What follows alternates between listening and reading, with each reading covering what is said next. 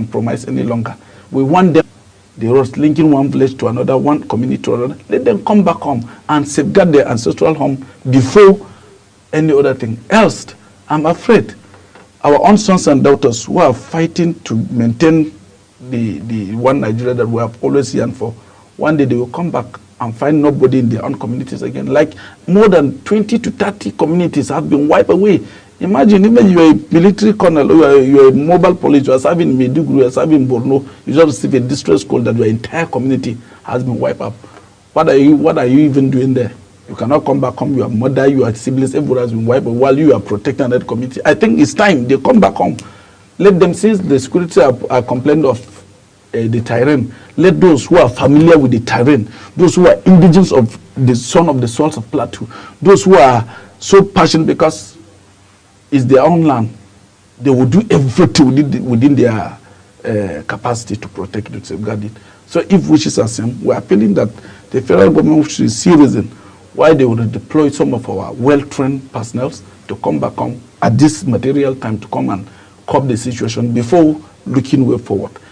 That is one. Secondly, I'm also appealing as a lawmaker to the federal government that this state police, if there's any time we need state police in Nigeria, especially like Plateau State, it's not done ever before.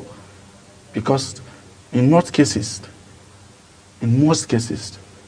sometimes even His Excellency the Governor will be handicapped when it comes to security issues. Because to a large extent, you have nothing but little that you can do when it comes to security issues. So I think this is the time we need state policing, where the youths of the states will be fully engaged, receive the training that they desire, and position in all those areas to safeguard their motherland or their fatherland, as we may say, because we don't have any other place than Plateau. We cannot be killed, be roasted like chicken day in, day out. Only press release, counter, we condemn this, we condemn, and that is the only thing we politicians can do. We condemn this, condemn that. And when you go to social media, I read a comment from somebody that it get me crying. When people were killed and our people were crying, one young man, is it Izul, somebody wrote on the Facebook that you lament while we are strategizing to come back and kill you again. Imagine such posts, such coming at a very material time that people, lives have been lost, properties have been destroyed. And a human being is writing such posts on a social media, and I begin to ask, why is the intelligence gathering in this country? Because sometimes there is a clear notification that they are going to attack such a community a day or two before the attack will take place, and the attack will surely take place. And unhindered, then we begin to wonder. If you go, we have SSS, we have SIB, we have Army, we have Mobile, we name them. But as I said, we appreciate all the effort the securities are putting. But it's obvious it's getting out of hand. Maybe it's above their capacity. That is the more reason we need our sons and daughters, well-trained personnel of Plateau origin, to come back home, to cope up this situation at this material time, to save the heritage of Plateau. A cry there from the Honorable Speaker himself, Speaker of the Plateau State House of Assembly, appealing to reinforcement or perhaps sons and daughters of the state to come back home and ensure that they protect their environment. The Speaker is not a happy man because there was, if you ask it, massacre. I stand being corrected on that word, but it has not gone down well with the good people of Plateau State. Mr. Speaker, has anyone been arrested on this? Has the government pinned anyone on this? For me, I will say no. Why did I say no? As I said, this has been more of a recurrent in the state. It has been happening always. All the time. But most often, people that end up fall victim of arrest are indigenous people who become frustrated. And they have no choice than to come out to defend themselves. Who's arresting them, Mr. Speaker? The securities. The security of the state or the federal security? The federal security. We don't have any security in the state, as far as I'm concerned. Be it military, be it police, be it DSS, be it Air Force, all are federal securities.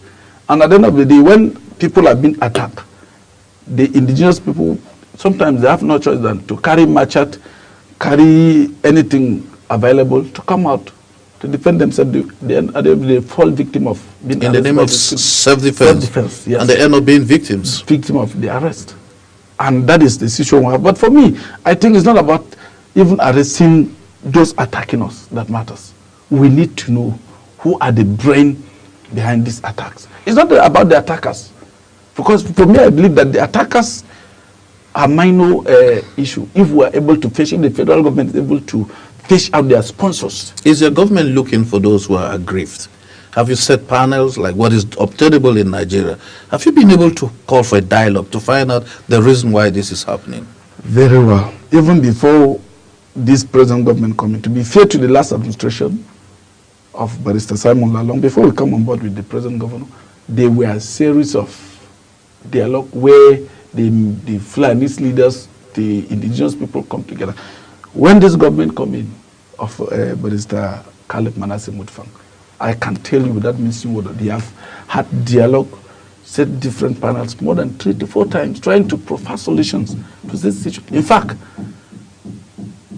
just a few days ago, he himself led the powerful delegation of the government to go to assessment, spot assessment to all the affected communities with the Commissioner of Police, in fact, with the AIG, with the GOC, with all the security heads for a spot assessment. But the issue is, it's not just about setting the committees. If you have been very current in this country, there's this woman, is it Najatu Mohammed also? There's one of her media engagement that I watched. There were so many security revelations that woman made that some of us get us scared about the country we're living in. There were a lot of revelations she made that she was part of a particular committee that was set to investigate about the happenings in the northern axis of Nigeria, that there were reports indicting some powerful leaders in this country that they submitted to the last government of President Muhammadu Buhari, that she was shocked, I'm quoting her verbatim, that she was shocked that up to this moment, none of those persons was pinned down. And the reports indicted them, and according to her, some were serving as ministers, some were serving as businessmen, and so on. So for me, if such reports are taken for granted and swept under the carpet, then how can we find a solution?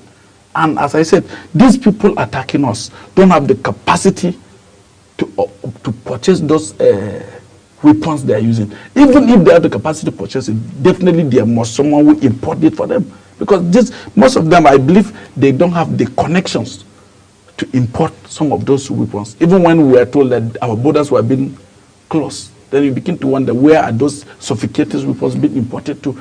Not just to come to Nigeria, to bordering country, a state like Katsina or Borno, where sharing borders with Cameroon and others, but to Plateau.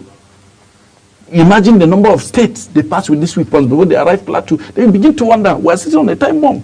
Are these weapons not locally made? No. I can tell you with that means what, they are not locally made weapons. We're talking about machine guns. Some of the weapons that even military personnel, when they had the sound, they become scared, they become terrified to respond to it. Honorable Speaker, let me ask this question. Why are your people being attacked? You are in the center of Nigeria. Why should one cover all this distance? Why are they being attacked? That is why I tell you that I, as a person, I'm speaking as an individual, not on behalf of the government of Plateau, but as a bona fide son of the Plateau and as a representative of the Plateau and as a speaker of the House of the Assembly, as someone who was born and bred on the Plateau, I believe that there is a conspiracy against Plateau. There are people, caught me correctly, there are people who are interested in land grabbing.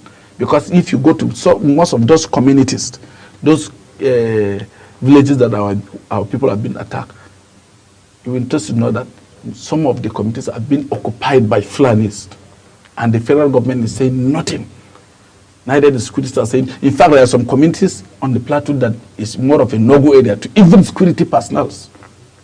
Places like Mahanga, where you go, if you check Mahanga, Kwi, and other communities are places that were occupied by indigenous people of Birom, Bokos, and others. Our people will be killed. After some time, the Fulanis will come and occupy it, and they become the owners of that community. And nobody is saying anything. That is my fear. That's why I said it's obvious that there is a conspiracy to keep killing our people, wiping them, so that the people will be occupying the communities. That's where the word land grabbing is coming in all my presentations. I believe that there is a sinister move to occupy the land of Plateau by the external forces. That is my belief. Meet the Discourse right here on Global TV, coming away live from Nigeria's capital city, taking a look at the poor situation in Plateau State at the Speaker House of Assembly. It's in the studio giving us an insight and perhaps providing solutions on how to put an end to this ugly situation where many have been killed. The Honorable Speaker has said sons and daughters of Plateau State should be deployed back to home to provide what could be described as the best to ensure the safety of lives and property in their own home, and of course calling on the Air Force to make use of technology to ensure that this is put on end. But I want to ask the Plateau State government, which you belong, and you said time with that number, this has happened. Is it that when it happened, you cry foul on a day and the next 1 hour you go to rest? Are there not mounted security within this area so that we can have an end to this? I see you're feeling, Honorable Speaker. I sympathize with you. But can't we put an end by putting on surveillance at all times?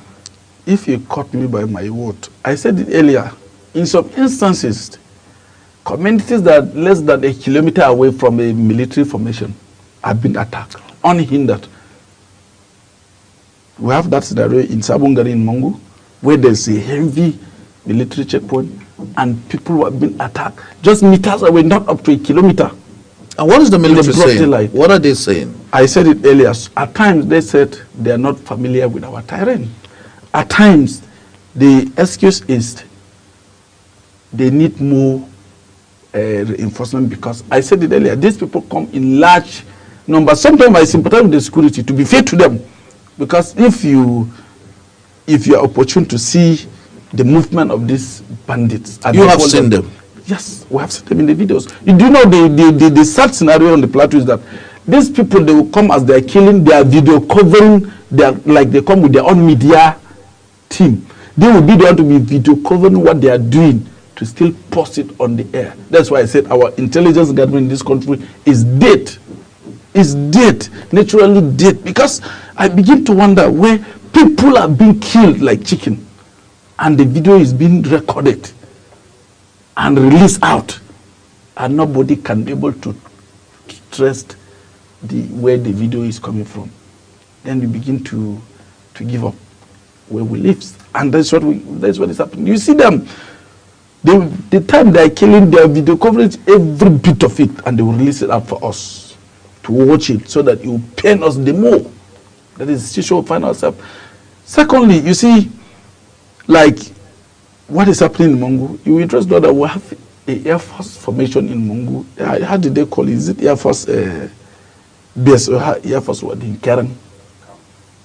Air Force something in Kerang. It's a very big formation. Some months ago, when Mongu was attacked, the Army Chief of Staff came and they moved the headquarters of the Operation Safe Haven.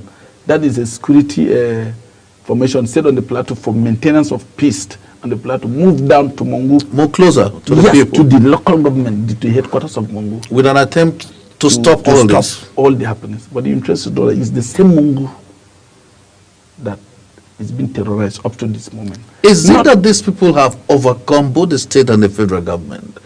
From the picture we see. For me, because if they can come and stay and carry out all the operation and then video all this, and yet the movement of the military formation closer to the people has not helped the people. Now, who are the people crying to, Honorable Speaker? Who are your people crying to now? First we are crying to God Almighty, who created us. You know, as a Christian, and as a believer, I believe that sometimes we leave everything to God. God who created us know why these things are happening. But if Israelites, where we used to travel to go for pilgrims, are carrying arms to defend their territory, I think it's time for the federal government, if it's above their control is to give our people the go-ahead to defend ourselves. Let's take our destiny in our hands. You have enough people who can do that. The issue is not about we having enough people to do that or not, but for us to lock ourselves inside room and to be born like chickens. It's better we take our destiny into our hand so that when we die, we know that the war have consumed all of us, than when we'll be attacked little by little and we keep losing people day in, day out. And as I said, most often, what happens is they attack us, and when anybody try to come up with any, whether it is machete, whether it is cutlass, you end up falling a victim of being arrested by the securities. That's the situation. So in that kind of scenario, we are just being helpless. When the last attack, your governor made some statement, there was curfew. How has that helped the people of Mangu? You will just know that it is under that 24 hours curfew that more destruction took place. More destruction took place under the 24 hours curfew. And based on the information we receive, the compliance of the curfew is more, there are some people who seem to be above the law. Yes. Because I spoke with the colonel who is in charge of the security formation in Mungu.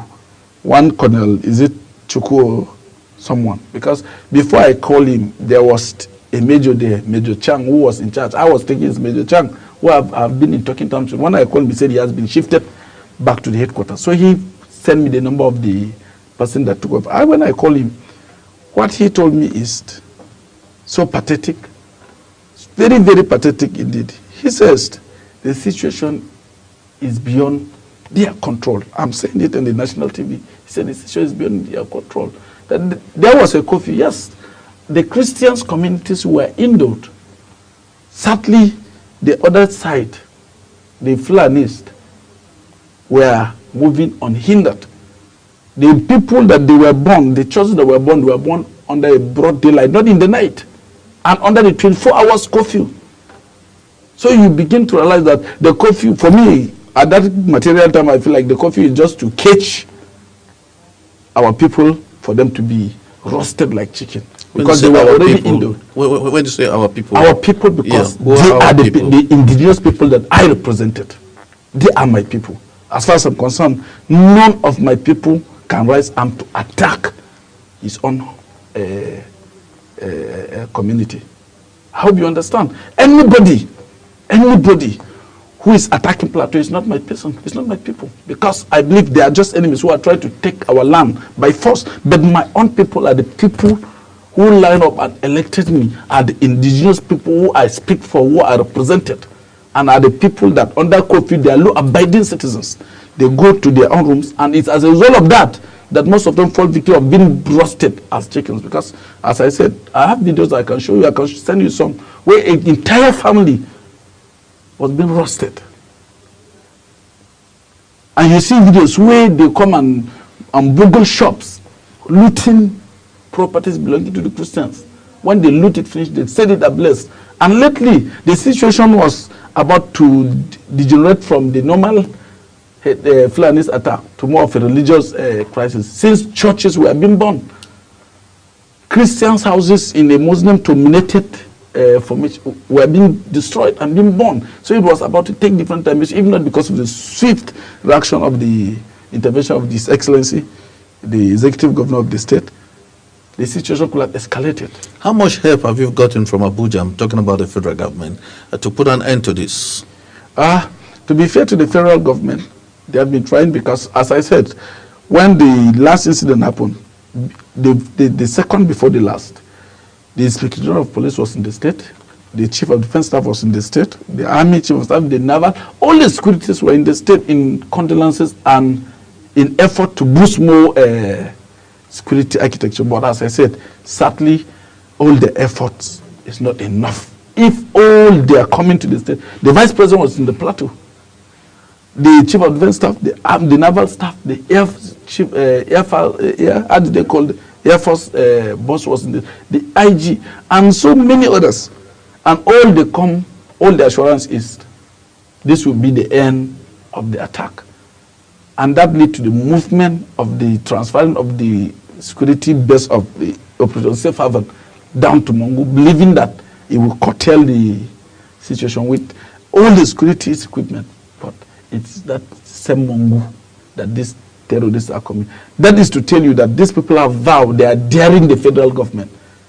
If not, my thinking was, if they have moved the headquarters of this security information to Mongo, maybe they could have changed tactics to say, okay, they will move from Mongo to maybe attack any neighboring. But they said, let's dare them, let's see what they can do.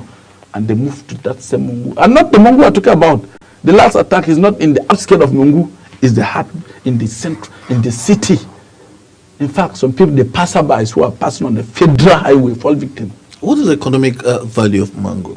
And why mango all the time? When you talk of economic value, I can tell you that means Mongo is one of the local government, among the 774 local governments, one of the local government that produced food, when you talk of food stuff in this country. That's why we call it the food basket of Middle Belt.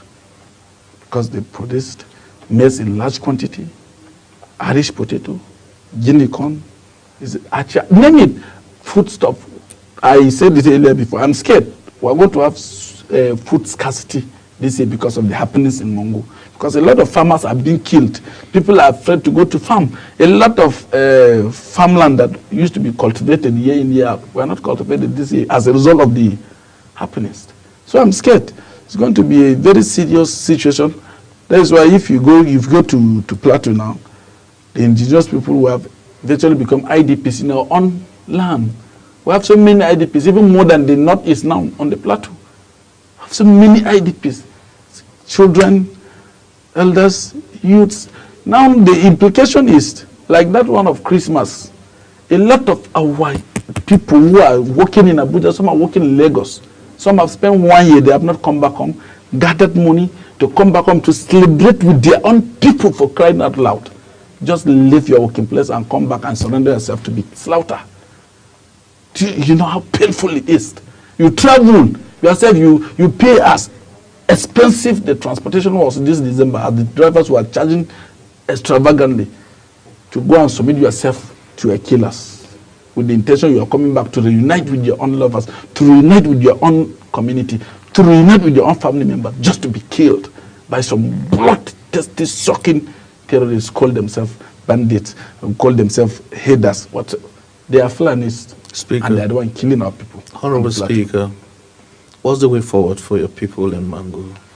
What's your government doing as the Speaker? What do you tell the governor each time you meet him? Anytime I meet the governor, the same appeal I'm making here is the same appeal I'm making to the governor. Let's appeal to the federal government.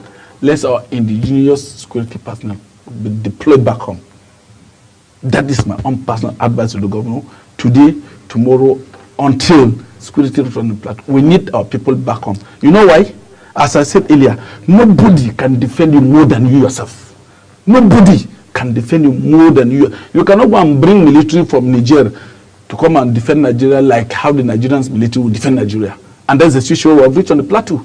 No any military personnel from any part of this country can defend Plateau more than the indigenous Plateau military and policemen. So we need them back home at this material time. Let them, even if they cannot come back home whole, let them come in large numbers so that they... Do you know all of them? Do you know some of your states? I don't know all of them, but I know, I am in the know that Plateau State have enough personnel serving this country across the states.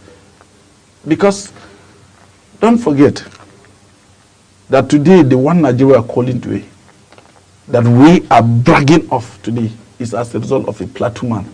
That is our father, General Yakubu Gowon. You know it. That time, some of us were not born. I was born in 92. Even my mother then, I think maybe if she was in her 3 or 5 years then, in that as of early 70s. But we read it in our elementary schools. Yakubu Gowon fought for this country to make sure that Nigeria was not divided. And we lost so many illustrious sons during that battle. And today, this is the time that some of us expect that the federal government of Nigeria, if for nothing, for the sacrifice that Plateau people have offered to maintain this country as a one entity, is the time that they need to come in for us to make sure that the heritage of Plateau should be safeguarded. As I said, if Plateau will be attacked, no place in this country itself, considering the location of the Plateau, we're in the middle of the country. And if Plateau is attacked, Where is Plateau and where is Abuja? Where is Nasarawa? Don't forget when during the first creation of the city, it's Benue Plateau. Abuja was under Plateau, Benue Plateau. And if Plateau will be facing this, I'm scared. Scared of Abuja? I'm scared that no part of the country will be safe. Our guest has been the Speaker of House of Assembly, Plateau State. Not a happy man this moment with a crisis that has brought down the entire Mangu community and the Plateau State, that he's appealing to federal government and individuals, including sons and daughters of Plateau State, to start thinking of coming home to enhance security in the state. Honorable Speaker, we want to sympathize with you and also thanking you for coming up to the program to talk about finding lasting solution to our beautiful Plateau State. I want to say a big thank you to you, Honorable Speaker. Thank you so much. Thank you, Global TV, and thank you, Nigerians. Pray along with us. Our Daily guest, prayers. our guest has been Honorable Gabriel Danwang, who is the Speaker of Plateau State. He's not a happy man, I told you time, with that number, and he's asking for prayers for this state. It will be recalled that one of our greatest president, President Gowon, is also leading the national prayers, and this looks like the Plateau State people truly need national prayer. So we keep praying for Plateau and hope that they will find a lasting solution to the crisis. That's the size of today's edition of the program, Midday Discourse on Global TV. I want to say a very big thank you to all of you for finding time to be with us. And of course, my own very good friend, Honorable Sonny, and of course, the Chief of Staff who've made this possible today. Join us same time tomorrow for another interesting edition of the program, Midday Discourse on Global TV. Special thanks to everyone who did it possible, not forgetting Gabriel in the studio, and of course those who have been touching the wonderful button for today's edition of the program. Do have a wonderful stay, Nigeria's capital city, Abuja. And I am Clinton Agbo saying, have a wonderful afternoon with you.